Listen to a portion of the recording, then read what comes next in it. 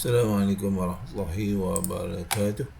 Okey, kita tengok untuk teknik GBK BBMA nampak time frame M15 meter dah buat breakout dah ada momentum, jadi dia mengkonfirmkan setup di time frame H4 lah.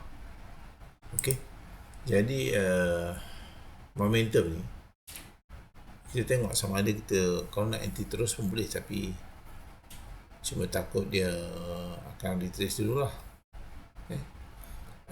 Level cut loss pada mid BB pada M15 ni nampak ada momentum pada P metal, kemudian dia akan buat sideways dan naik.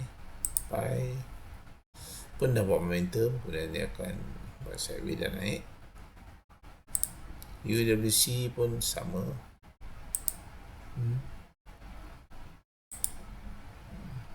Kemudian dia akan buat momentum dan naik lah. KGB tak ada momentum lagi. Keyfield pun tak ada lagi. EG pun tak ada momentum lagi. Cuma Kobe Kobe tak buat momentum lagi.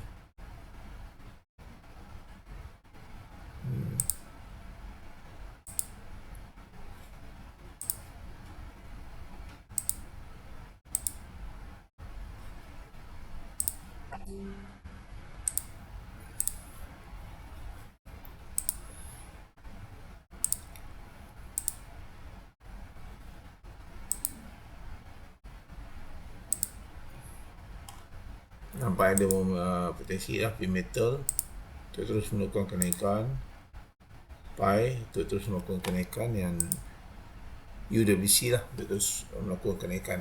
Kita tengok dulu tiga stock tu, P metal, Pi dan UWC.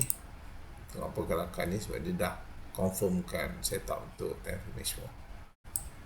Okey, terima kasih. Assalamualaikum untuk teknik BBMA